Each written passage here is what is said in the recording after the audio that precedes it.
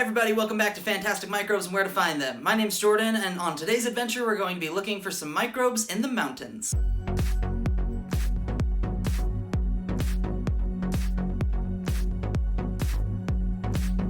So we're up here in Provo Canyon today, and this is a place that I've spent a lot of time at when I was in college. There are a lot of fun parks and a bike path, and there's also a bunch of streams that all end up heading to the Provo River.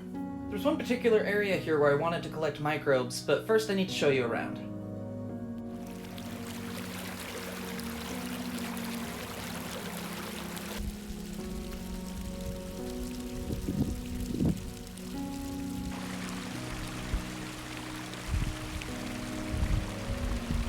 So this is the place where we're going to be collecting samples. There were a lot of areas where the water kind of collected, and it was probably because there were small dams that were built. Presumably by animals like this.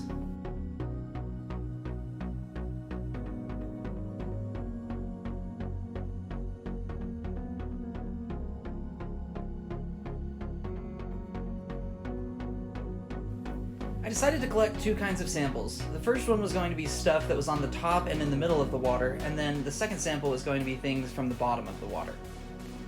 So here I am going in for my first sample.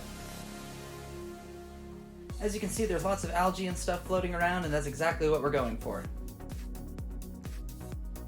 So here's that first sample. I've got a couple of twigs and some algae in here, and there's also some insects and stuff that we'll get to later. But first we're going to take a look at the algae.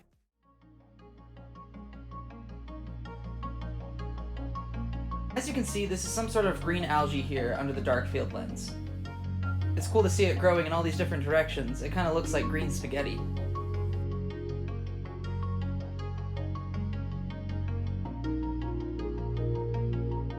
I didn't see too many living things on these plants, and so I decided to move on to another sample. In this next one, I collected some twigs, some rocks, and some sand and silt from the bottom of the river. It took about a day and a half for all of the stuff to settle, but this is what the sample ended up looking like. One of the first things that I saw that really caught my eye was this bright blue organism right here. So this is actually a type of green algae, I believe, and it's not normally blue like this. The only reason it looks like that is because I have a special filter on. This is what's called a dark field lens, and you can see it sits here right beneath the stage. And the cool thing about this is that it blocks out all of the direct light that's shooting at the specimens, and then it illuminates everything kind of from the side. So here's what one looks like with the dark field lens on, and then here's what it looks like without. You see, I use the dark field lens a lot, and it's a lot of fun, but sometimes you can get more detail by looking at it in the other ways.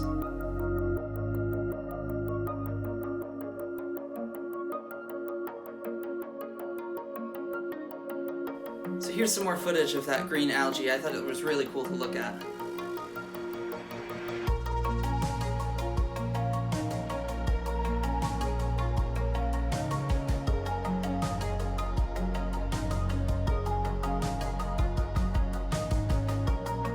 In some cases it did look green even under the dark field lens. Now here's a single-celled organism. I'm assuming this is some sort of diatom. And it started to move a little bit, and so I decided to do a little time lapse, and so here's about 30 minutes worth of a time lapse.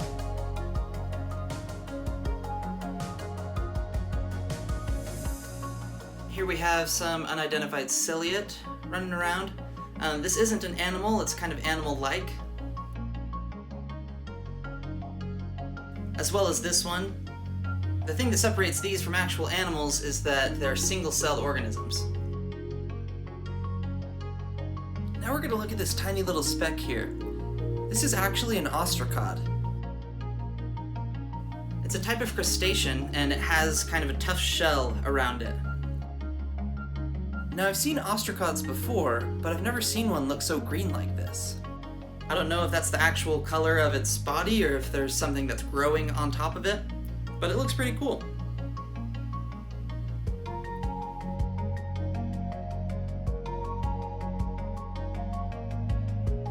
This one was nice enough to hold still for the video. And then I found a smaller one that had a little bit more energy. It was pretty tough to catch this one on camera, so you get what you get here.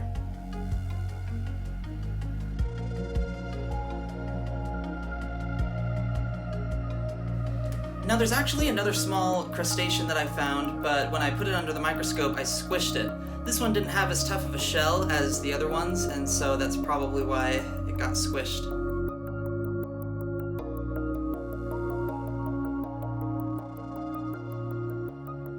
Now we're going to take a look at this little twig here. A lot of you guys really liked my last video where I showed a little bit more depth and cool camera angles with the microscope, and so I tried to do it here as well.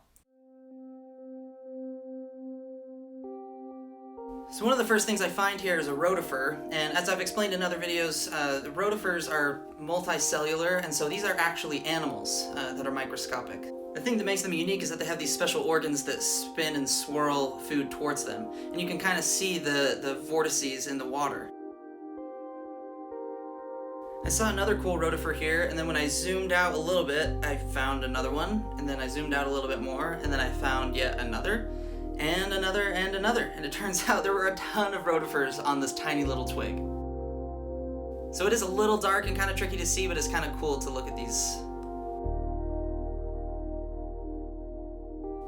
One of the things I like to do with rotifers is show off their defense mechanism. These guys contract when they feel like they're in danger.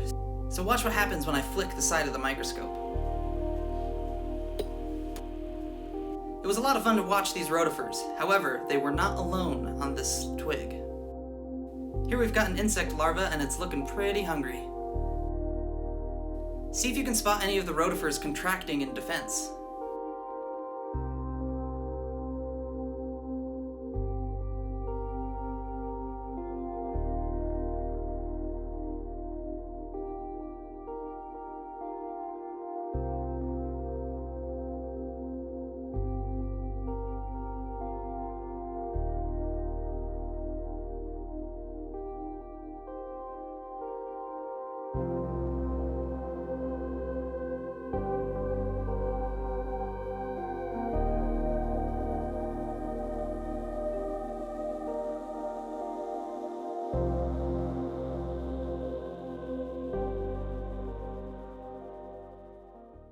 So, what'd you guys think? Pretty cool stuff, huh?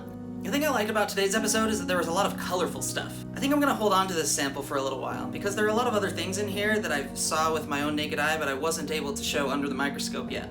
As always, let me know which microbe was your favorite to see, as well as where else you'd like me to go, or what else you'd like me to test under the microscope. Until then, I hope to see y'all next week for another Small Adventure Saturday. Thanks for watching.